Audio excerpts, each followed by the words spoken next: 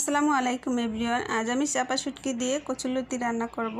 প্রথমে আমি এখানে চাপা শুটকিগুলোকে 1 মিনিটের জন্য ভিজিয়ে রেখে উপরের যে আঁশগুলো আছে সেগুলোকে আমি খুব ভালোভাবে পরিষ্কার করে নিলাম। মাছের পাশে যেটি কাটা ছিল সেটাকেও আমি খুব ভালোভাবে ফেলে দিয়ে তারপরে মাছগুলোকে 2 থেকে 3 বার ধোয়া দিয়ে নিই। এরপরে লতিগুলো রান্নার জন্য আমি একটি কড়াইয়ের ভিতরে 1/3 কাপ পরিমাণে রান্নার তেল দিয়েছি। তার ভিতরে 1 টেবিল চামচ পরিমাণে আদা রসুন বাটা, 2 টেবিল চামচ পেঁয়াজ বাটা দিয়ে 2 থেকে 3 মিনিটের মতো আমি মশলাটাকে কষিয়ে নিচ্ছি।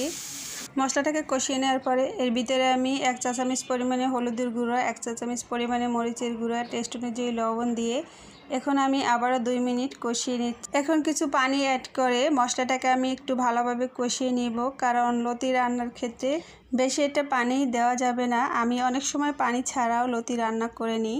তো এখন আমি শুটকিগুলোকে দিয়ে মশলাটাকে আবারও কষিয়ে নিচ্ছি। দেখো মশলাটা কষিয়ে নেওয়ার পরে কিন্তু শুটকি মশলার সাথে মিশে যাবে। এখন আমি কচুরলতিগুলোকে দিয়ে 10 মিনিটের জন্য রান্না করে নিব।